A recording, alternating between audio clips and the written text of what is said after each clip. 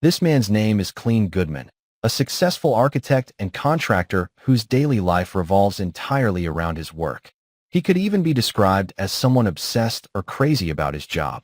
Upon arriving at his office, Clean calls his beautiful wife, Joanna, to inform her that he cannot accompany her over the weekend due to work, which he obviously cannot abandon. However, Clean promises to come home early to take Joanna out. Nevertheless, Joanna still seems annoyed, as if she won't accept any excuse from her husband. Come home for lunch and see you off. Okay? Love you. Terrific. After finishing some work and meeting a client, Clean decides to leave early to see his wife. On the way, Clean's car is stopped by a sheriff named Sam. Sam approaches the car to invite Clean to go fishing.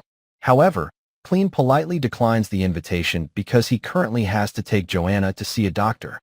Slow it down! Once home, Clean opens the gate of his beloved dog Duke's kennel, letting him out freely. He feels sorry for Duke, who must have been barking all day with no one letting him out. Upon entering the house and meeting his wife, Clean is greeted by Joanna's unpleasant and angry face because he didn't immediately read the message she sent that morning. After a bout of unclear grumbling, possibly due to her period, Joanna, disregarding and unappreciative of Clean's effort to come home early, states that she has decided to go to her regular doctor alone, no longer wanting Clean to take her. Unfortunately, during the argument, Clean tells Joanna that at work, he was approached by a businessman offering to buy his company for $1.5 million. At the time, Clean refused to sell it, which makes Joanna upset again, saying that $1.5 million is a huge amount of money. She regrets her husband's decision to refuse the sale because Joanna hoped that with that much money, they could return to New York, the city where she grew up. The husband and wife discussion, which should have been resolved calmly, escalates into a full-blown argument. This argument ultimately becomes the beginning of the disaster. We get the hell out of here. We could go back to New York. You ever think about that? I have done nothing but think about you. Don't make it sound like I dragged you here. Come on, this is where I grew up. This is my home. I want this to be our home. This was our dream house, remember? A place where we could raise our kids. Clint, we've been trying for over a year and a half, and I'm still not pregnant. I have to go.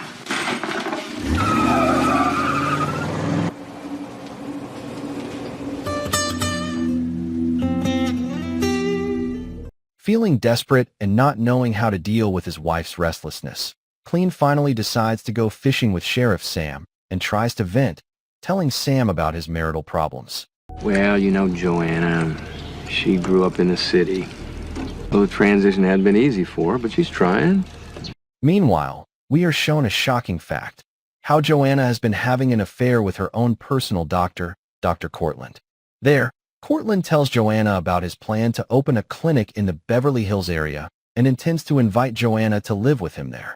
Not only that, Cortland also tells Joanna about his discovery of extracting a poison from fish ovaries.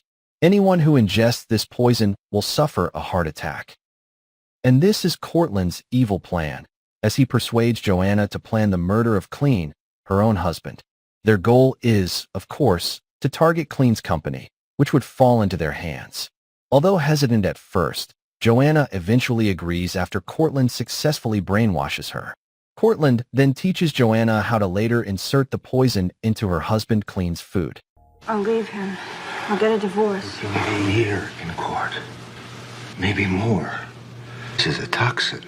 I extracted this from the ovaries of the fish we ate. You can put it in his food. You can put it in a drink. Yes. Upon arriving home, Joanna begins to act. Roughly, she empties her entire bag to find the poison bottle, causing the bottle's mouth to leak and spill some of its contents. In a panic, Joanna quickly grabs the bottle, hiding it in the laundry basket. Unbeknownst to her, the poison drips again inside it. In short, Clean comes home, finds Joanna in the kitchen, and hugs her. Clean looks very happy to see his wife preparing steak for him, even though Joanna has never done this before. While waiting for Joanna to prepare the steak, Clean goes into his home workshop to work on something.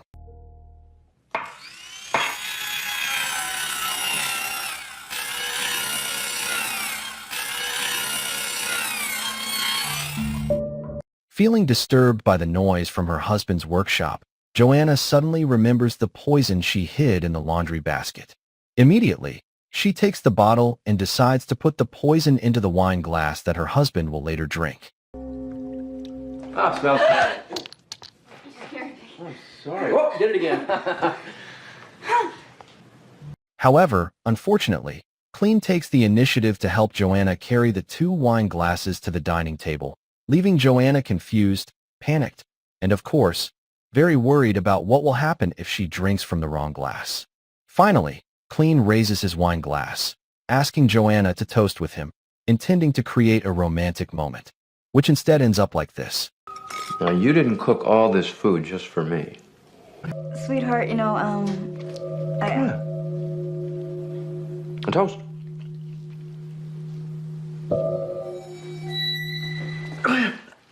Julie.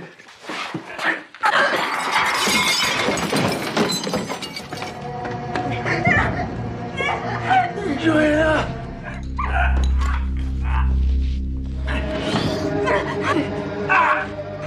Die. The phone falls to the floor due to the poison attacking his heart. He screams in pain, asking Joanna for help, who instead refuses and pushes her husband's hand away, even cruelly saying, "The sooner you die, the better." Just die.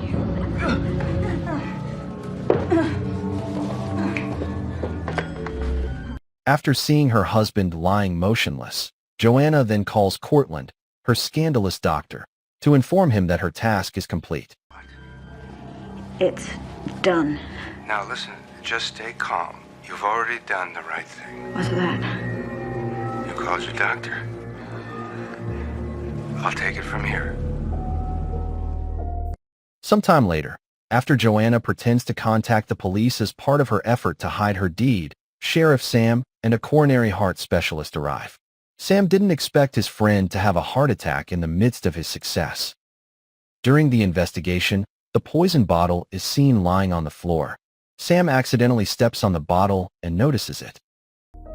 Men is seemingly healthy.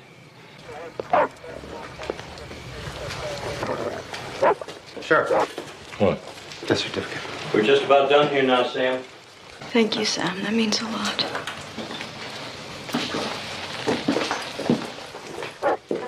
The scene shifts to a hospital, more precisely in a morgue's cold storage room, where one of the corpses appears to move.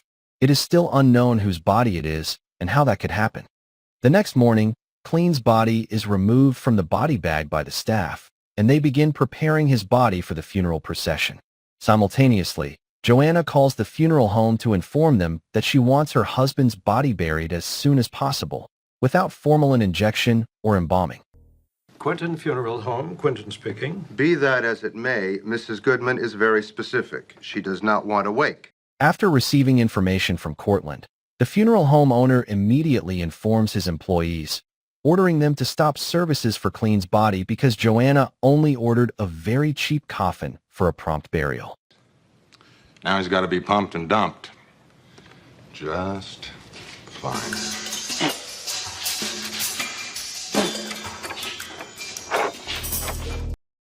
Finally, Clean's funeral ceremony is held. Family, relatives, and neighbors are all present to bid farewell to Clean, who is now gone. However, not long after, an oddity occurs when Clean's beloved dog, Duke, barks continuously and acts strangely, especially when Joanna approaches her husband's coffin to place a flower. Joanna continues her charade by showing her sadness, crying like a wife deeply devastated by her husband's death. That night, after Clean's funeral is over, Joanna and Cortland celebrate the success of their plan, laughing together in the bathroom bathtub, accompanied by a glass of wine. But that night is slightly different from usual nights, marked by a storm and thunder. Even Duke starts barking wildly again, as if sensing something odd related to his master. Duke's behavior increasingly disgusts Joanna as she starts feeling disturbed. She gets out of the bathtub, takes a rifle, and immediately goes outside to shoot Clean's beloved dog. Is that a gun? Well, it ain't a can of Alpo.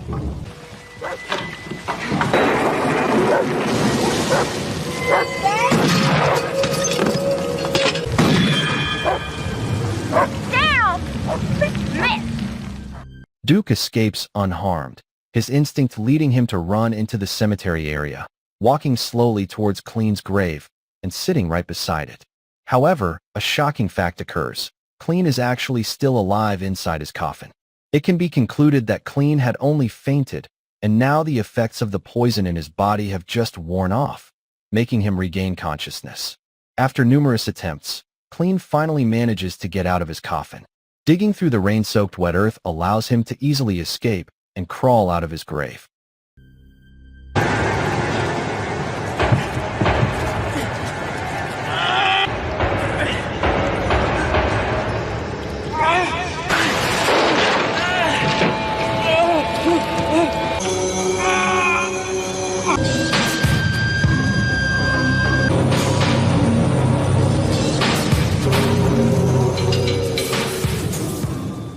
This event is immediately noticed by Duke, his beloved dog.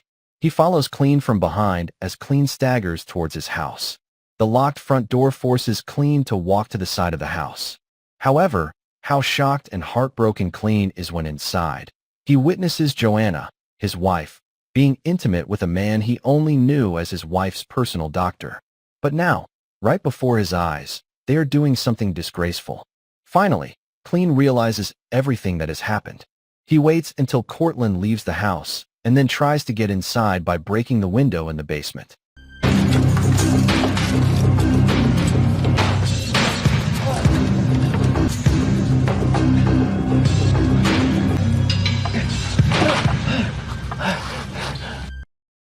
Clean fails to climb the stairs, causing him to fall. Feeling extremely weak, Clean decides to hide and spend the night in the basement of his house. The next day, Joanna meets with Clean's lawyer. There, the lawyer provides information about important documents owned by Clean, along with details of his bank accounts. Shortly after, Joanna informs the lawyer that she is willing to sell her husband's company, offering $1.5 million with payment due within 48 hours from that moment. Meanwhile, around the same time, in the basement, Clean finally wakes up. With his remaining strength, he walks up the stairs, enters the kitchen, drinks water from the sink tap, then moves to the refrigerator and grabs something to eat. However, while eating, Clean suddenly sees his wife's car entering the driveway. He quickly hurries back to the basement and finds his rifle there. But unfortunately, right on the stairs, Clean accidentally drops a bullet, and is forced to go down to retrieve it.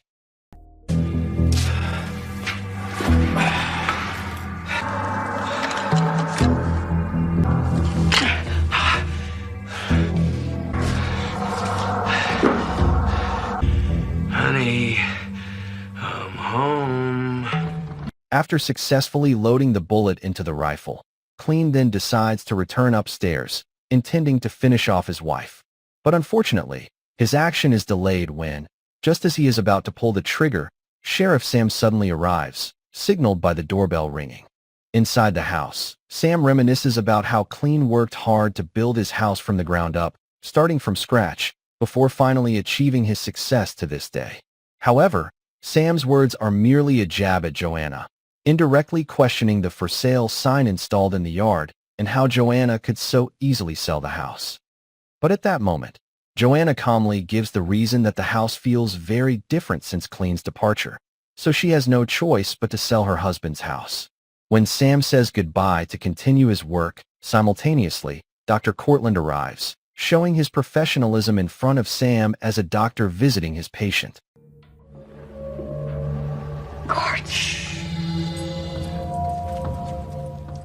Meanwhile, Clean, seeing Cortland's arrival inside, immediately intends to finish them both off. However, upon realizing his rifle only has one bullet, Clean decides to return to the basement to get another bullet.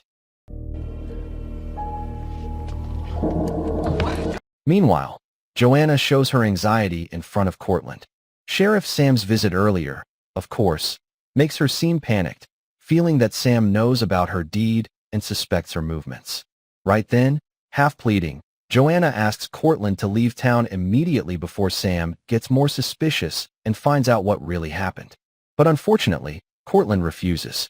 He says they must wait one more night because the money from the sale of Clean's business will be available the next day.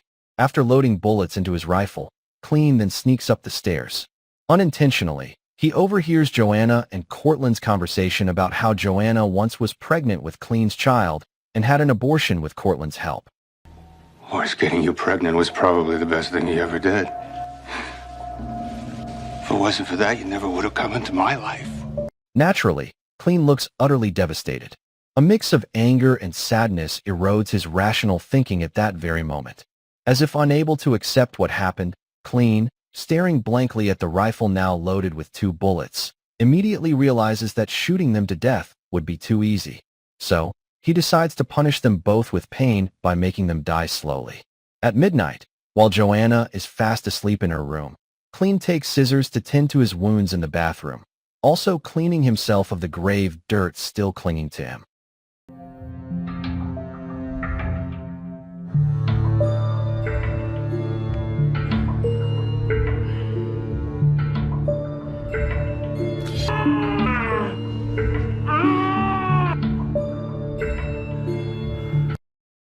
The next day, several people are seen coming to the house carrying suitcases full of cash, which serves as proof that Clean's business is now officially sold.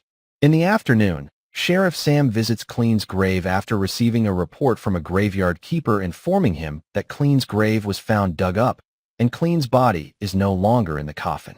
Sam looks confused, not knowing what actually happened. But certainly, Sam senses something strange and asks everyone to keep it a secret until he completes his investigation.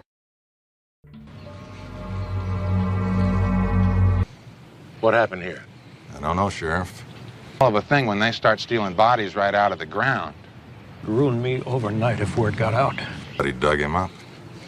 Don't breathe a word of this to anybody. Around the same time, Joanna, happily counting her money with a beaming smile, is suddenly shocked to see mud dirtying almost the entire bathroom floor.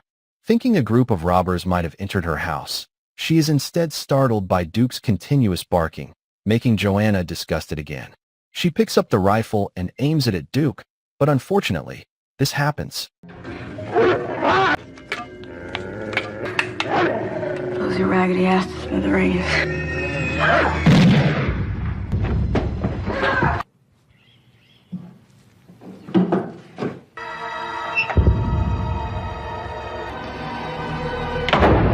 That night, Clean is seen taking poison from the ovaries of his fish, planning to kill Joanna and then easily take all the money.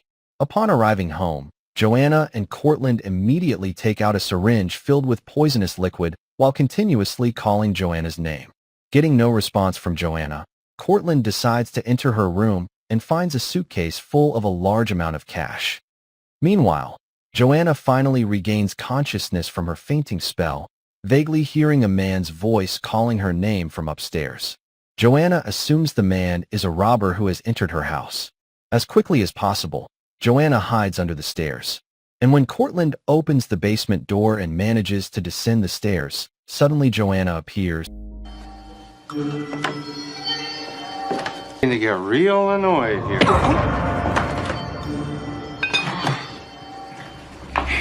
Cortland is thrown back, dropping the poisoned syringe from his hand. Joanna immediately grabs her suitcase and runs up the stairs as fast as she can, but Clean suddenly appears and shuts the door. Sometime later, Clean brings pieces of wood into the house. It's unclear what his intention is, but it's all related to what he will do next. Cortland regains consciousness. Realizing this, Joanna apologizes for hitting him and tells Cortland that there is a man who has trapped them in the basement. Hearing this, Cortland tries to get them out of there. He shoots the locked door handle, but he finds the rifle only contains gunpowder and doesn't fire. Not giving up, Cortland tries another method by breaking the window. The plank that barks again startles Cortland. Meanwhile, upstairs, it is revealed that Clean is trying to renovate his entire house layout. He saws through walls, even carelessly cutting through a photo of him and Joanna together, leaving Joanna and Cortland confused downstairs. The next day, Joanna wakes up. Cortland informs her that they have been trapped down there for 8 hours. The man's activities upstairs eventually lead Cortland to assume that the man is Sheriff Sam, who only wants their money. I have this figured out. Who? Your redneck sheriff. It sounds far-fetched. Who else could have figured it out? Joanna finds the poison syringe that fell on the floor and immediately realizes that Cortland brought the syringe to poison her. So right then, Joanna asks Cortland to burn all the money, intending to test how much he loves her compared to that money. And indeed, Cortland refuses to do it, prompting Joanna to confrontationally show the poison syringe, making Cortland unable to deny it any longer. He confesses that he didn't really intend to have a clinic as he previously claimed. Unable to accept Cortland's confession, Joanna instantly flies into a rage and quickly attacks Cortland with the syringe.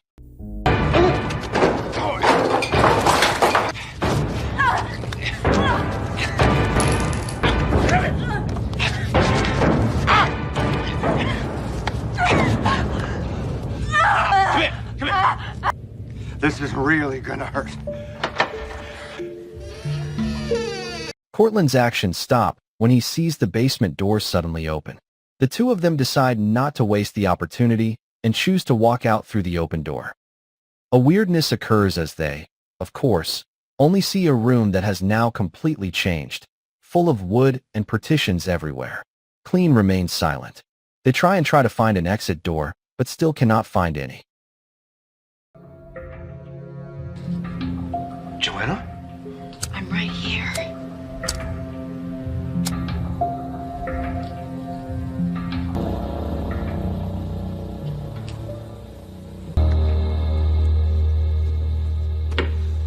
Negotiate in good faith, and you're making me angry.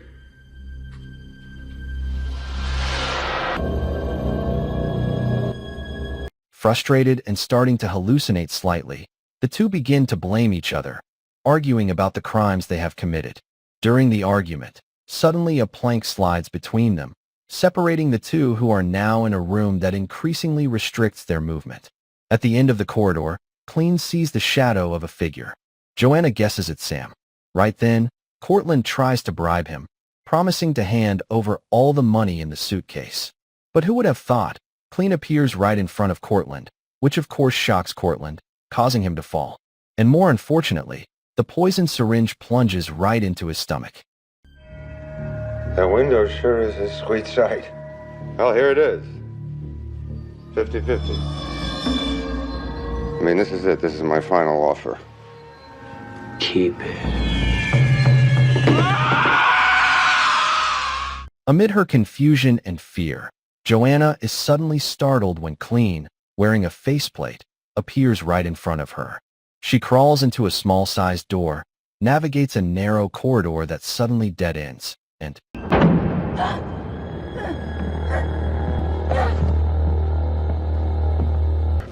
Clint. Our child, Joanna. Like a rat in a maze. Boy or a girl. Suppose it doesn't matter.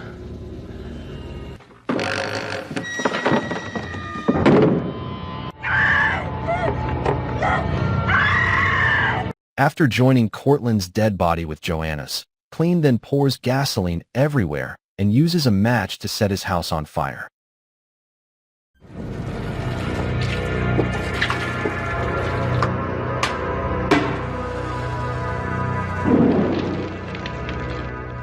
After burning his house, Clean immediately leaves, not forgetting to take his ever-loyal beloved dog and also a large chest located in the truck bed.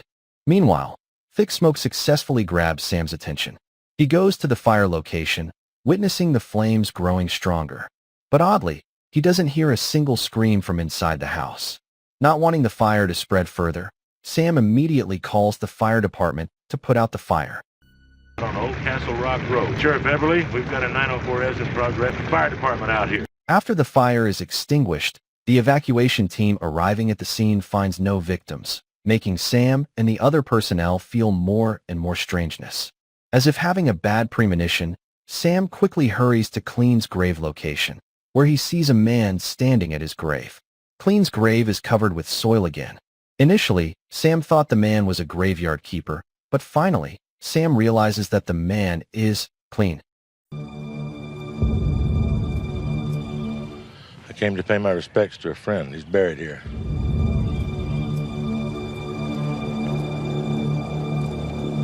Sam then advises Clean that it would be better to leave the village. He promises to cover up what has happened, assuring Clean not to worry about what he has done. Clean, with an expressionless face, simply nods his head without uttering a word, then leaves Sam and heads to his car, and they part ways. At the end of the film, it is revealed that Joanna is still buried alive in the excavated pit that was once Clean's. She screams for help and looks utterly desperate, realizing she will be buried with all her money and die together with Cortland on their way to hell.